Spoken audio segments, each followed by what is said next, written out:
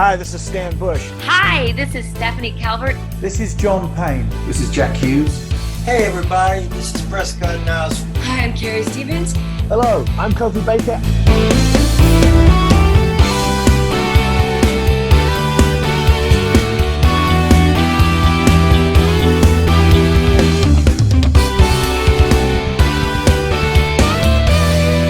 And you're listening to Play That Rock and Roll. Talking about AC/DC, so I have this book, and I wanted to ask you. This is Kerrang's AC/DC files that was put together by Malcolm, your old colleague, Malcolm Dome, who sadly passed away a couple of years ago. Could you tell me a little bit about the Malcolm that you knew? Were you guys friends? Did you work on projects together? Very what was much he like? so. Yeah. Well, I first met Malcolm, I think, he was working for Record Mirror, which was almost like a pop magazine, and we both started around the same time at Kerrang, but he was like an encyclopedia.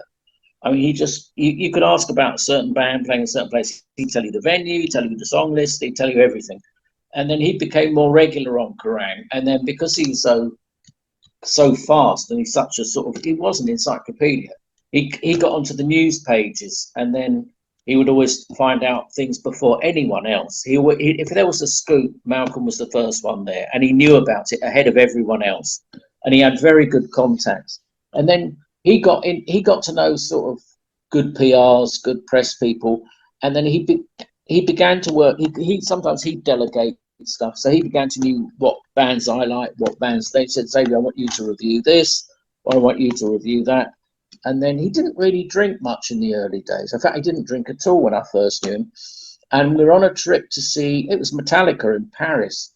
And then I just passed him. There was, people had vodka. I just passed him and said, all right then. So he had a pit, and that's when he changed. And Malcolm always liked to drink. And then there's this place called the Crowbar, which sadly it got lost in lockdown. Where it was a brilliant rock bar, and you get people like Dave Grohl turning up there because they like to drink, and Lady Gaga loved it in there. She's a metalhead. I never knew that. Yeah, and Lars again, but Malcolm lived in there, absolutely lived in there. If you needed to look for him, that's where you'd find him. And he also did this a radio. He did quite a few radio shows, so he was like a total encyclopedia. Then he left and went to Raw magazine. And then he came back, and then Derek Oliver decided to start up a new magazine because there wasn't a decent one.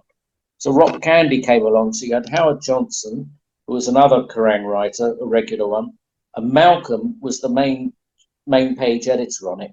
Right. So he would phone me up, so I want you to do this, want you to do that, and then Malcolm, that's what he became. And then the minute an album, because he was head of the album review, so bang, I was always getting 2 or 3 albums an issue to do. So he was a sad loss, and when he died, sadly, I think the drink had got to, well, not partly that, but I just don't think he looked after himself properly enough. He's too many hours in bars. But that's he lived, breathed, and sleep. He slept rock and roll. He didn't really sleep. Rock and roll was in his veins 24 hours a day.